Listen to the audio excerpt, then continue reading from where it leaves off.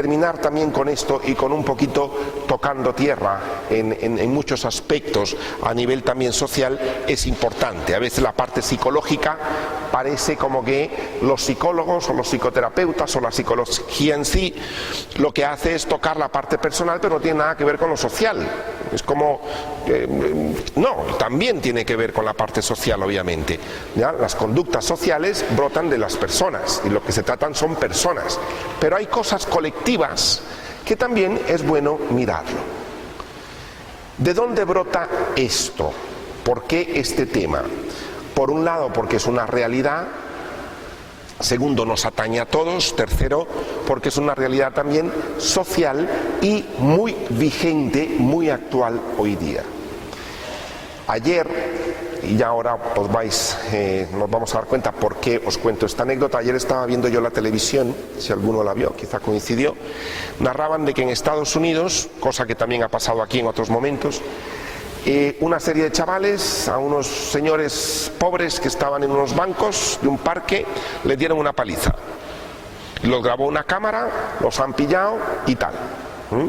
Uno se pregunta, ¿por qué? ¿Qué pasó ahí? En otro momento, aquí también en Madrid, si os acordáis, creo que fue el año pasado, unos hinchas de unos partidos de fútbol estaban en la Plaza Mayor, cogen a unas mujeres de etnia gitana que estaban pidiendo limosna, les daban limosna y mientras les daban limosna les exigían y les pedían que hicieran genuflexiones, que bailaran para ellos y se burlaron y las humillaron. ¿Os acordáis de ese caso? Bien. Esto es lo gordo que vemos, pero también en nosotros y en cada ser humano del planeta existe esa posibilidad. Y a esto se le llama aporofobia. Y lo vamos a ver, es una cuestión cerebral también. Por tanto, no es, uy, ellos sí lo hacen, yo no, sino ellos tienen un cerebro igual que el mío y yo igual que el de ellos. Es una cuestión universal, no es una cuestión de que yo lo hago o no lo hago, yo soy o no soy. Yo tengo eso y tú también. Y lo vamos a ver, vemos estas cosas tan gordas, pero vamos a verlo en el lenguaje cotidiano. Por tanto, en la sombra social. Y hablamos de la sombra personal, familiar, institucional y también lo social, que a veces no se integra. La sombra social es el rechazo, la aversión a lo carente, a lo pobre sin valor. Esto es la aporofobia. Es decir, aporos en griego es pobre y fobia es fobeo, que es el rechazo o la aversión irracional hacia una cosa o hacia una persona o situación. Por tanto, hay una aversión irracional hacia el pobre. ¿De qué quiero hablar aquí? Como os pongo al inicio, esto es una brevísima presentación del pensamiento de Adela Cortina. Yo estuve con ella en una conferencia, me llamó muchísimo la atención el tema y no pensaba darlo yo aquí, sino que coincide con todo lo del curso y decidí plasmarlo también para darlo a conocer. ¿Quién es Adela Cortina? Pues Adela Cortina es una catedrática de la Universidad de Valencia, que es catedrática de Ética, Filosofía Jurídica, de Moral y Política. Es una persona muy interesante, tiene un libro, yo os sugiero que lo podéis comprar, un libro que se llama Aporofobia, un libro editado por ella y que es muy interesante. Yo la conocí a ella, me parece una mujer muy interesante, por tanto, lo que yo voy a hablar, al menos en esta primera vez, es prácticamente su pensamiento. Es decir, después de lo que he hecho es un resumen y procurar capturar un poco la esencia para presentar esto. Luego, en la segunda clase veremos la mitad, que es lo que nos quedan dos clases, veremos la parte del cerebro aporófobo, qué hay en nuestro cerebro que provoca eso, la parte psicológica, y en la tercera la parte espiritual, que como nos damos cuenta, el pobre en el Evangelio y en la Biblia ocupa un sitio muy importante. Entonces lo vamos a ver a nivel social como realidad y a nivel ético, o la realidad que hay, la parte cerebral y la parte espiritual. ¿Sí? Esto es lo que nos queda por ver. Entonces, hay un rechazo irracional a lo carente y a lo pobre. Yo con alguna persona que le he comentado que iba a dar este tema, le parecía muy interesante, y hoy una persona, con Alfonso precisamente, le digo, y es que todos rechazamos a lo pobre y el ser pobre. Me dice, hombre, claro, todos estamos deseando salir de pobres. Es cierto, es decir, en el cerebro humano una de las cosas que más tememos es llegar a la pobreza. Uno busca cómo tener un trabajo, cómo adquirir mayor dinero, cómo hacer, obviamente, porque esto para el ser humano brota desde ahí. ¿Qué es lo que hay cuando uno se encuentra con una persona pobre? Económicamente, pero vamos a ver que la pobreza es más amplia. Lo que hay es un susto inicial que me refleja, así como hemos visto nosotros que el otro cuando hace algo me refleja lo que yo tengo. ¿Os acordáis de la proyección? Pues lo mismo cuando me encuentro con una persona pobre, el rechazo que siento es por el susto existencial que tengo al final de que yo también eso puedo llegar a serlo. Puedo llegar así. Y me da horror. Yo he conocido gente que hay un rechazo, no que le dan palizas a los pobres en los bancos, pero que tiene un rechazo brutal a toda la gente que piden ahorra más, que piden no sé cuánto, o un rechazo brutal si ve un inmigrante pobre. Es como, esta gente, ¿no? Esto es por el susto existencial también que hay, y hay una cuestión cerebral que se lo provoca. El hecho de que haya una cuestión cerebral no es una justificación para los actos que se hacen. Como cualquier otra cosa, siempre tenemos un punto de responsabilidad y es evitable.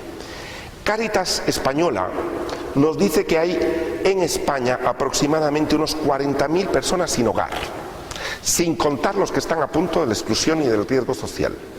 O sea, en España hay muchísima gente, en el mundo ya no se diga. Hay millones de personas que son muy pobres. Como os digo, esto tiene anclajes cerebrales, aunque no lo justifican, pero al menos se comprende el porqué, no lo justifica. Ni las acciones crueles, ni el rechazo, ni la aversión, ni la agresión, ni la burla a una persona pobre. Me recuerdan en el fondo que al final soy igual que ellos, somos seres humanos. Cuando yo veo a un pobre me recuerda que yo soy igual que él, solo que yo así no. Esto es lo que nos pasa, y nos pasa generalmente esto. ¿Por qué? Porque nos da miedo y nos provoca rechazo, y en algunos casos una agresividad activa. Agresividad activa. Como os dije, vamos a verlo, estoy ahora en la página número 2, vamos a verlo de diferentes ámbitos. El ámbito social ético, la realidad y la problemática, que es lo que vamos a ver hoy. A nivel antropológico también lo vamos a ver hoy. Luego la parte psicológica, cerebro aporófobo, la experiencia universal, procesos internos cerebrales, evolutivos, etc. Y la parte espiritual, la solicitud cristiana espiritual, un camino de integración, la compasión y el pobre como presencia de la presencia. Como os dais cuenta, nos atañe mucho como cristianos y también para el curso de lo que estamos viendo. La sombra social. Esto de la sombra social ya lo habíamos hablado, os cito nuevamente aquí a este sacerdote también que es psicoterapeuta francés, que dice, cuando se habla de la sombra social, dice: cuanto más se aísla una nación, y aquí cuando digo nación puede ser familia, grupo de amigos, grupo de trabajo o una institución, cuanto más se aísla, tanto más ciega se vuelve respecto a sus defectos y deficiencias, y tanto más tenderá a proyectar sus miedos, sus repugnancias y sus atavismos sobre los otros diferentes. Las minorías, los extranjeros, están expuestos a convertirse en chivos expiatorios que portadores de todas las tendencias maliciosas de la sombra nacional propia de los rechazadores. Es decir, cuando veo a alguien distinto, una nación, un grupo, una familia que se cierra, un grupo de amigos, un grupo de trabajo, cuando se cierra y somos los que somos, comienza a mirar al resto como enemigo y a atribuirle cosas que ellos mismos tienen, pero no se dan cuenta. En las guerras, el otro se ve como un enemigo. ¿Habéis escuchado esto curioso del villancico Noche de Paz, cómo funcionó? O como tal, que yo no me acuerdo mucho la historia, pero que estaban dos bandos, uno en un país, en otro, en la Segunda Guerra Mundial y tal, no sé qué, o en la Primera Guerra Mundial, no me acuerdo. Y que lo cantaron y al final terminaron aquellos hombres abrazados, y eran enemigos. Buscad en internet, creo que está ahí la historia del villancico Noche de Paz, que es muy, muy interesante, ¿no? Es decir, uno mira como enemigo cuando en realidad somos los mismos, estamos necesitados de afecto, era Navidad, había que darse un abrazo, todos lo estaban necesitando, pero uno atribuye al otro la agresividad que tiene. Cuando un grupo se cierra o una nación se cierra, sucede esto. Aparecen las bromas, los apodos racistas, denominaciones despreciables hacia ciertos grupos. Proyectamos ahí la sombra personal, la proyectamos a nivel social, delante de lo diferente. Vamos a ver también la próxima vez cómo el cerebro, cada vez que encuentra algo distinto, algo diferente, habéis viajado vosotros, ¿no? Si alguien ha viajado a Oriente, o a países árabes, o a países latinos, o a países chinos, o a Japón, te presentan una comida y uno lo primero que hace es abre las pupilas así. Aquello se ve raro, huele distinto, tiene una pinta que yo eso nunca lo había visto, unos colores, una forma que lo ponen, una forma de comerlo, que uno dice, pruébalo tú. ¿A qué sabe? Porque da miedo. El susto que uno tiene de cara a lo diferente, este tipo de cosas, eso es una cuestión cerebral protectora inicialmente. Es decir, es positiva, inicialmente. El otro diferente, por tanto, yo le cuelgo al otro diferente cosas que yo mismo en mi propia cultura también tengo. Pero verlo afuera y colgarlo fuera da un alivio brutal. La prensa rosa. Uno está con una manta en enero, con aquel frío, una taza de chocolate, viendo prensa rosa. Y decir, uy, qué a gusto. Le pasa, viste que le han dejado, si es que no, si no cobra, dicen que le van a pasar una pensión, es que ha tenido un hijo, es que... Porque el susto horrible que da es ver que en su propia familia a lo mejor su hija anda en lo mismo, su nieta anda parecido y su marido también. No, mejor verlo allá afuera. Ay, qué alivio, más vale que somos todos. Me explico, uno cuelga ahí el susto que le da existencial. Y también con el pobre sucede lo mismo. Durante mucho tiempo se veían como enemigos, fueron los negros, se les colgaba cosas a los negros, no se les dejaba entrar. Por cierto, hay una película estupenda que ha ganado Óscares que se llama Green Book, os la recomiendo que la veáis. En otros tiempos fueron los judíos, en otros fueron ahora los sirios, barrios marginados, extranjeros y refugiados, ahora, como digo, son los sirios o extranjeros inmigrantes en general. Gozan de este tipo de rechazo. Curiosamente, la constante de este tipo de rechazo es porque sean pobres la gente.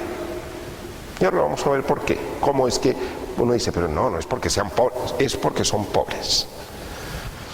¿Y cómo lo sabemos? Pues por su carencia, su no poder, porque no tienen mayor poder, hay una aversión irracional y a esto es lo que le llamamos aporofobia. Cito textualmente a De la Cortina, la página número 2, y dice, el aporós es el del problema, incluso el de la propia familia. Se vive al pariente pobre como una vergüenza que no conviene airear, mientras que es un placer presumir del pariente triunfador, bien situado en el mundo académico, político, artístico o en el de los negocios. Es la fobia al pobre lo que lleva a rechazar a las personas, las razas o las etnias a las que pertenecen.